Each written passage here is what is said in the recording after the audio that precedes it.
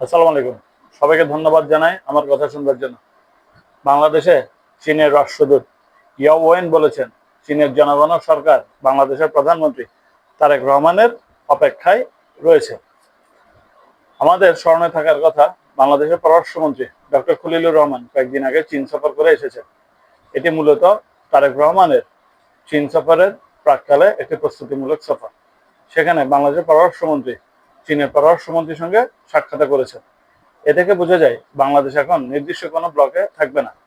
আমাদের এটি মনে রাখতে হবে, বিগত 17 বছর হাসিনা সরকারের সময়ে বাংলাদেশ একটি নির্দিষ্ট ব্লকে, বলতে গেলে ভারতের পররাষ্ট্র নীতির আন্ডারেই যেন ছিল। তা থেকে উত্তরণের জন্য সরকার প্রয়োজনীয় পদক্ষেপ গ্রহণ করছে। আমাদের আরো মনে রাখতে হবে, বাংলাদেশ ভূ রাজনৈতিক কৌশলের একটি গুরুত্বপূর্ণ কেন্দ্রে রয়েছে। কারণ বাংলাদেশের ভূ প্রাকৃতিক অবস্থান এমন একটি জায়গায় যেখানে চীনও বাংলাদেশের দিকে নজর রাখে, আমেরিকার মতো সুপার পাওয়ারও বাংলাদেশের দিকে নজর রাখে, এবং ভারতের মতো আঞ্চলিক শক্তিও বাংলাদেশের দিকে নজর রাখে।